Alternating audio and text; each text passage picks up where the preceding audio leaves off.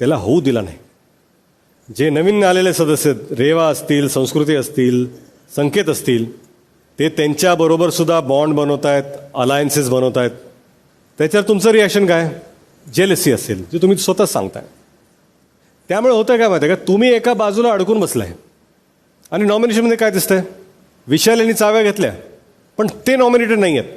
उलट ते big boss Marathi season 6 भावच्या धक्क्याच्या एपिसोडला रितेशने विशालला परत एकदा दिला मास्टरमाइंडचा टॅग.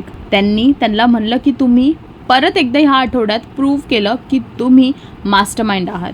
कारण की 2 टास्क झाले आणि त्या दोन्ही टास्कमध्ये तुमच्या हिशोबाने गेम पलटला. दोन्ही टास्कमध्ये तुम्ही ज्या टीमचे मेंबर नव्हतात, तुम्हाला त्या गेममध्ये पार्टिसिपेटच करायचं नव्हतं, तुमचं फक्त डिसिजन सांगायचा गेम होता, तरीही तुम्ही टीमला जाऊन एक ओपिनियन दिलं आणि त्या टीमने त्याच हिशोबाने गेम खेळला. म्हणजे इथे ती टीम पण वीक दिसली आणि दुसरीकडे कॅप्टन्सी टास्कमध्ये तुम्ही रुचिताला जसं सांगत होता तसं रुचिता खेळत होत्या. ह्याच गेम प्लॅनमुळे रुचिता वीक दिसली आहे ह्या आठवड्यात आणि तुमचा गेम खूप हाय दिसला आहे आणि तुम्ही मास्टरमाइंड साबित झाला आहात. आता पाहायचं आहे की पुढच्या भागात काय होईल आणि अजून हे रुचिता आणि विशालमध्ये जे वाद चालू आहेत हे किती पटेने समोर येणार आहेत. अजून अशा अपडेट्स जाणून घेण्यासाठी टेलीचक्कर रिजनल्सला सबस्क्राईब करा.